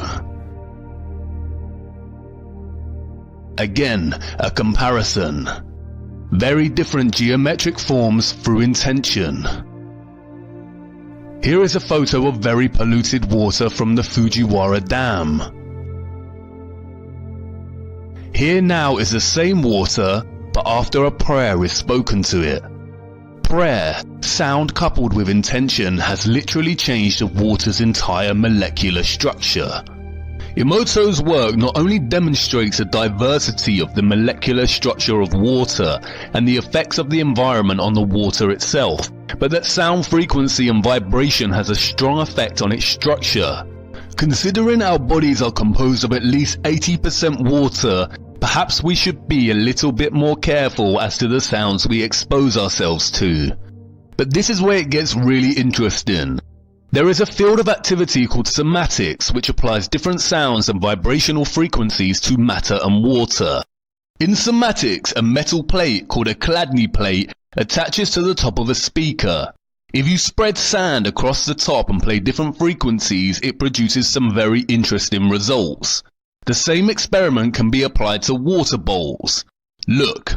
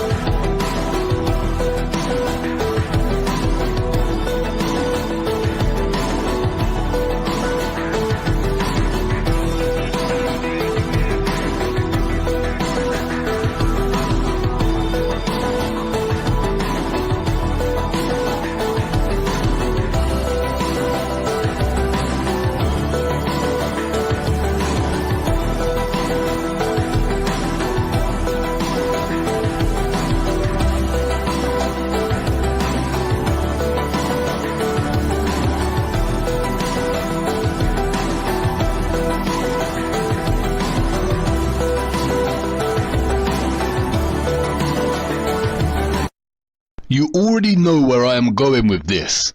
So watch.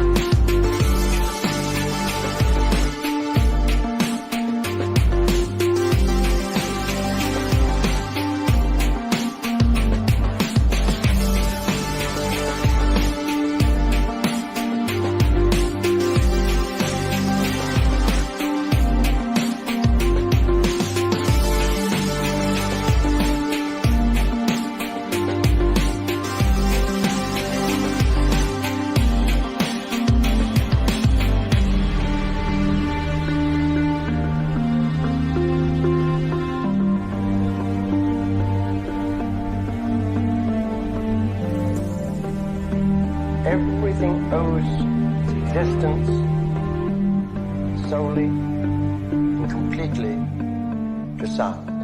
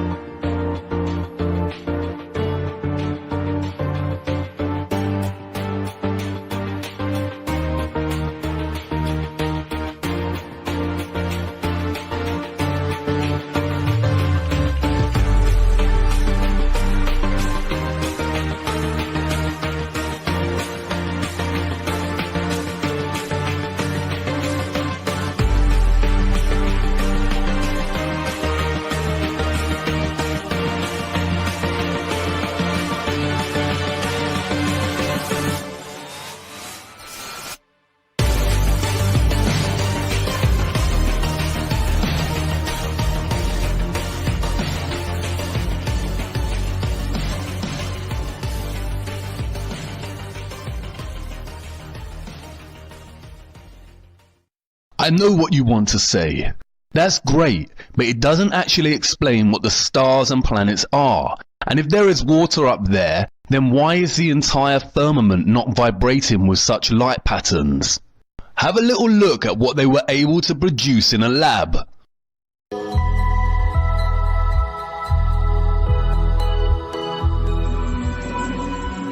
This star in a jar is made when a sound wave is passed through a small bubble inside a flask of liquid.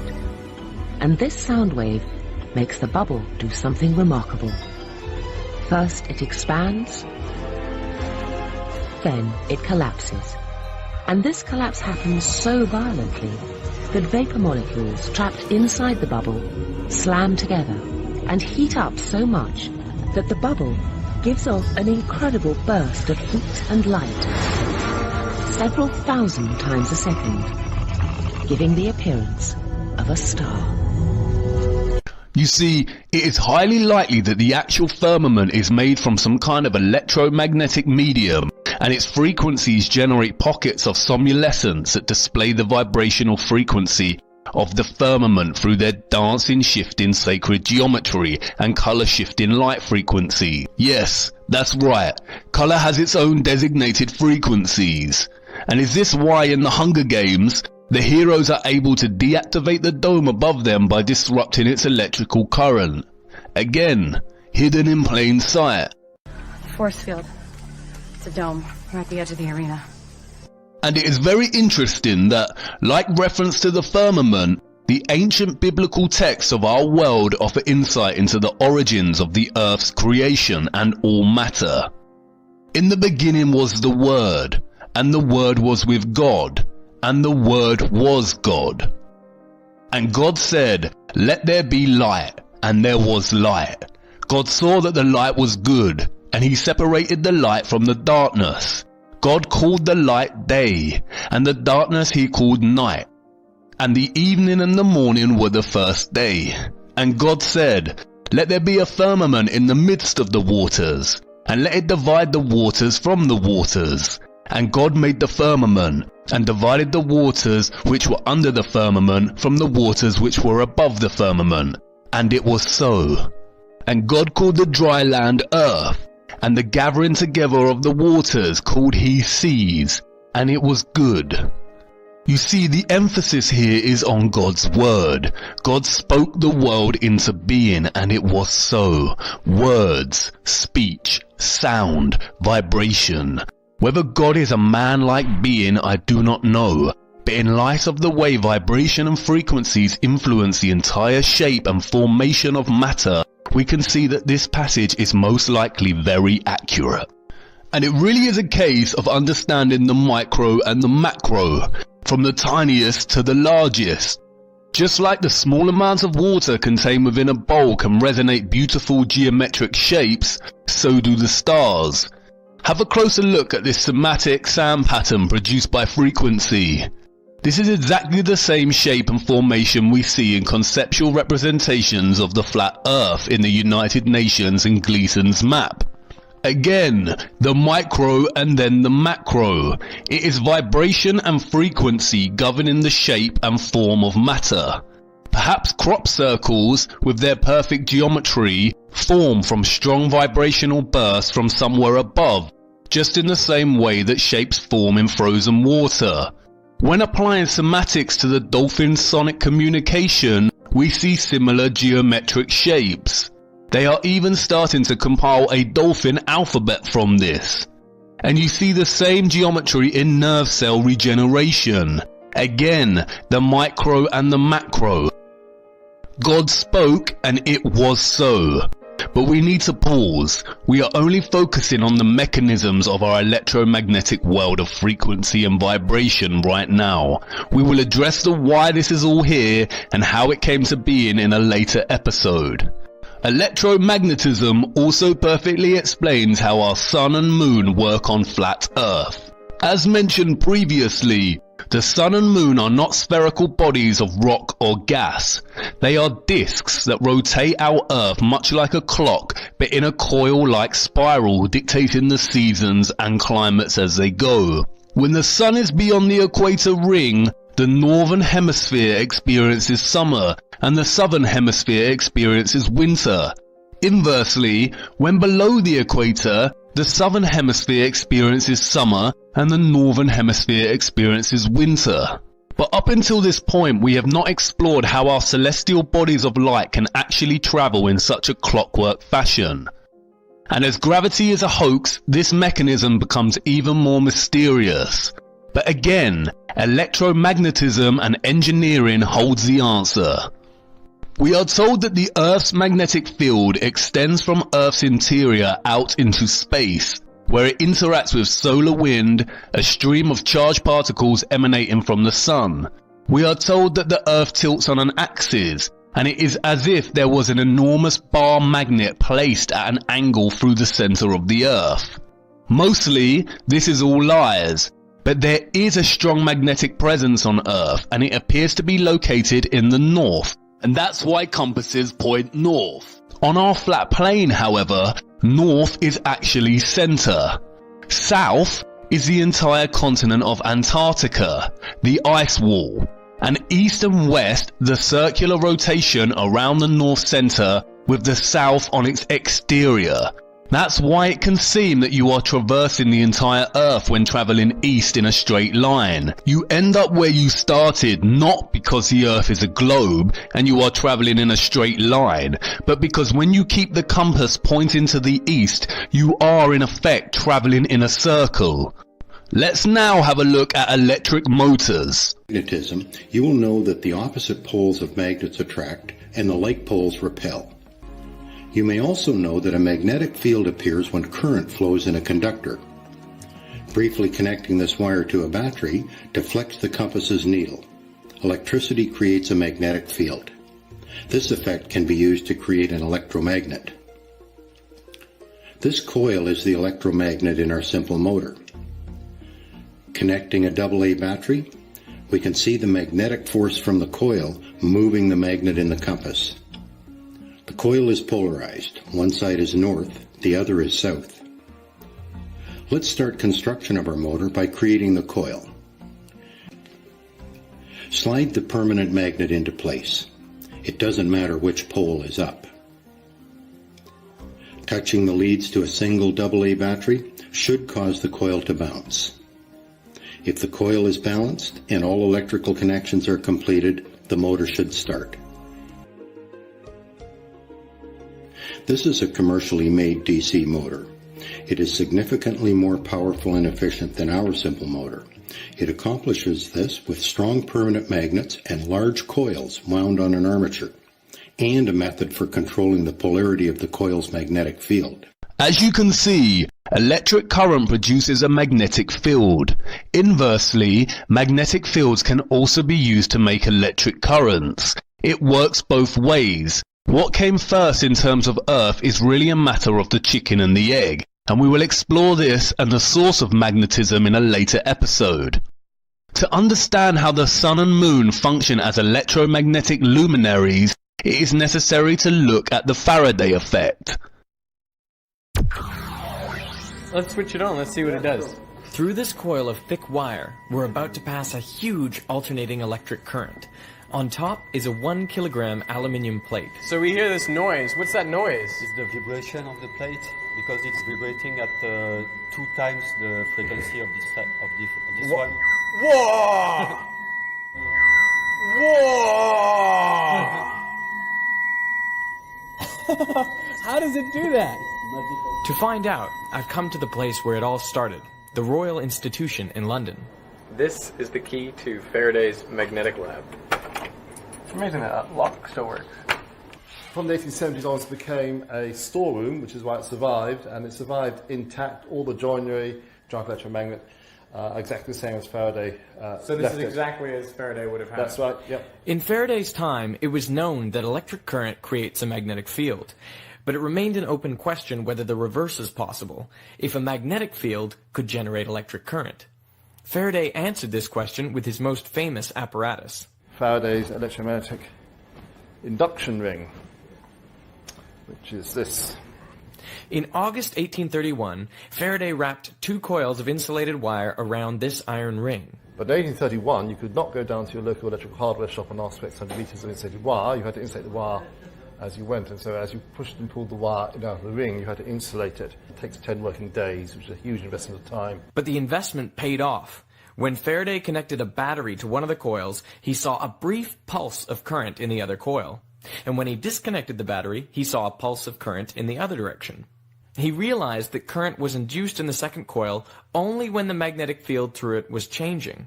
And if they hadn't been wrapped on the same ring, Faraday may have noticed that the 2 coils repel each other when the current is induced, and that's due to the interaction of their magnetic fields. Which brings us back to this. Through the bottom coil, we are passing a huge electric current, 800 amps, which alternates in direction 900 times per second. This ensures there will always be a changing magnetic field above the coil. Instead of a second coil, we're using the aluminum plate, but the principle is the same.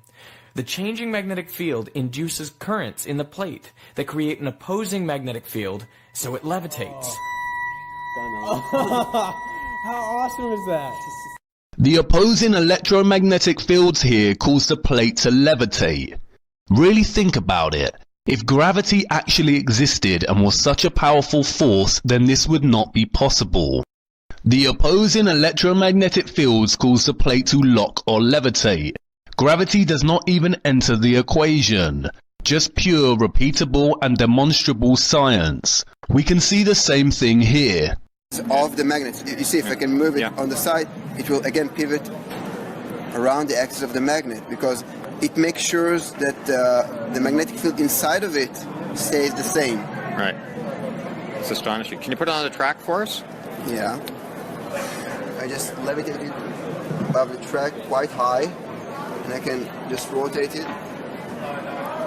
So it's actually floating above the surface. Yeah, it's not floating, it's locked above the surface. So you could tilt it at an angle and it would still fly around. Yeah, like this, and it will just go around like this.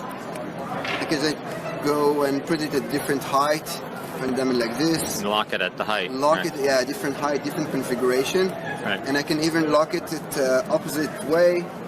If you could just hold for a minute. Okay. High. I'm doing the same thing. I'm locking it upside down, and then it is suspended.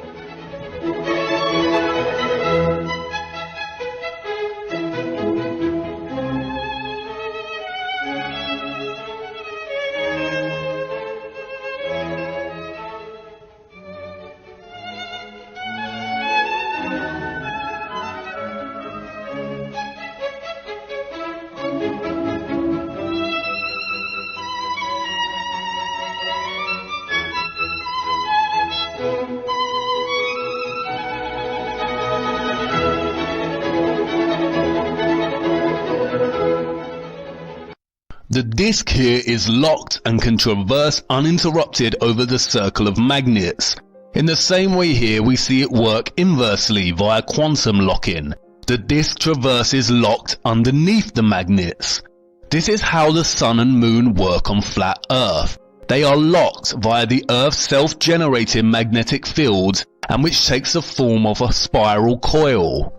And I know you're probably thinking that this is fascinating, but it still doesn't explain how the sun and moon luminaries are powered. We see them journey over our earthly plane, but how are they illuminating the Earth? We don't see any wires. And this is where Tesla becomes important.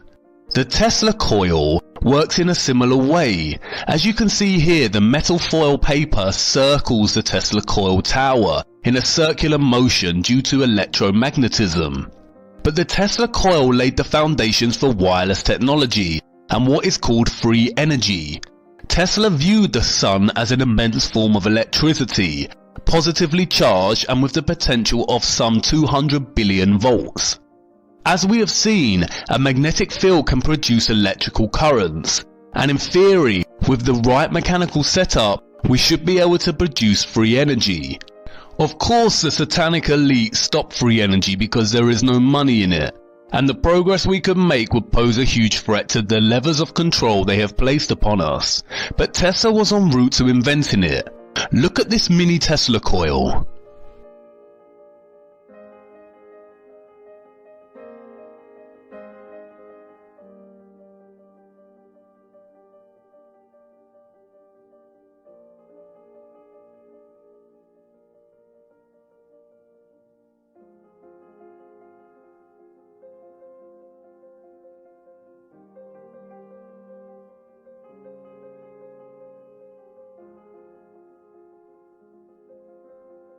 You see, the light bulb is charged and illuminated without any wires. The intense magnetic field has produced an electrical current. So let's go back to the Faraday effect example and see what happens next. This current is not only good for levitating the plate, it can also make light bulbs glow. A gift. Oh, thank you. Oh, that is cool. Not too close because it will burn the arms. Can I put it there? Yep. And just as current in a toaster element heats it up, the induced current in the plate dissipates its energy as heat. Some water too. Thank you. Yeah, to see the temperature. Check out how hot this plate is. Oh, that is nuts. Is this your favorite demo? It's like a flying barbecue or something. Tell me this is not the best dinner table centerpiece. It levitates, it gives you light, and you can cook on it. And all the while, you're demonstrating Faraday's law of electromagnetic induction. The light bulbs are illuminated without any wiring because of the electromagnetic field. In essence, this picture here is our sun. Remember, the micro and the macro. And it opens a door to speculating on the nature of the moon. The sun and the moon are the same size. If the sun is positively charged, then could the moon be its negatively charged counterpart, like we see in a battery? Could that explain why the nature of moonlight is oppositional to sunlight? Or could the moon be an old malfunctioning sun? Perhaps that explains the lunar moon phases, or its waxing and waning. Is it trying to charge and generate enough power to become an intense positive charge luminary like the sun, and as it generates to its full moon phase, it malfunctions and begins charging down, or waning?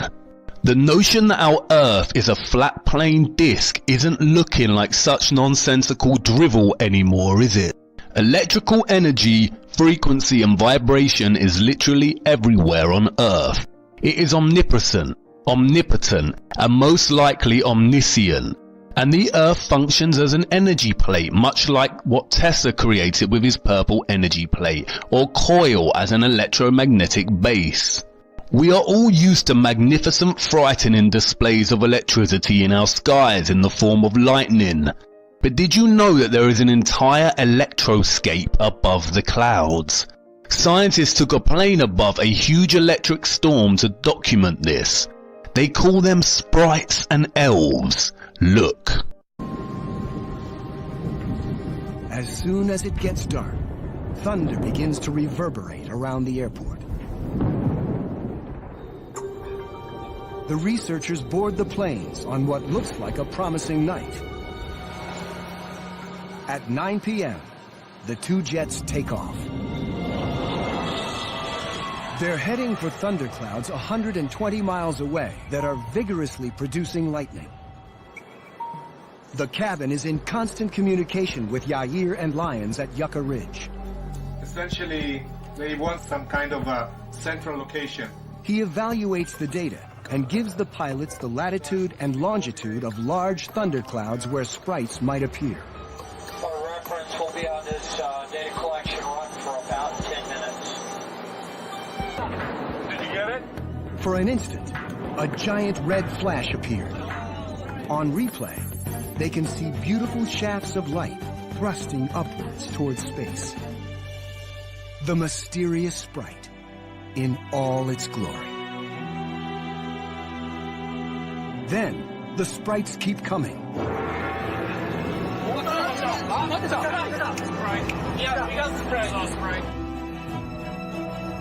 On board, the team reviews the stunning and unique images.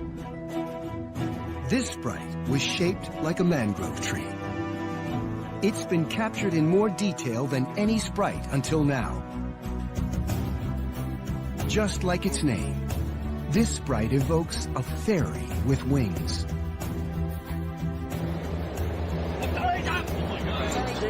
Yeah, very big jellyfish. It's pretty. Very pretty. It indeed looks like a jellyfish with many tentacles. Sprites of many different forms appear, one after another.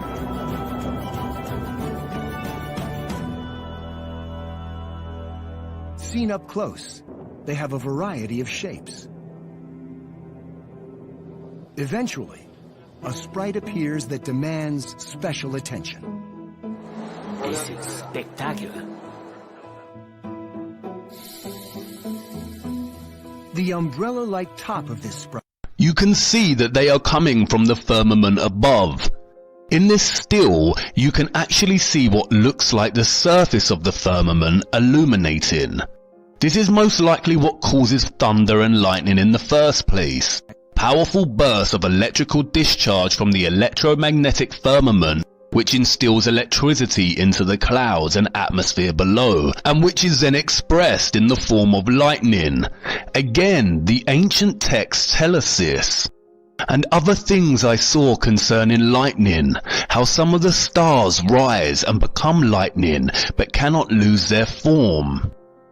It's been proven that lightning excites the Schumann resonance, the electromagnetic heartbeat of the Earth. Again, electrical energy, frequency and vibration is literally everywhere on Earth. Think about the oceans. Water is a well-established conductor of electricity.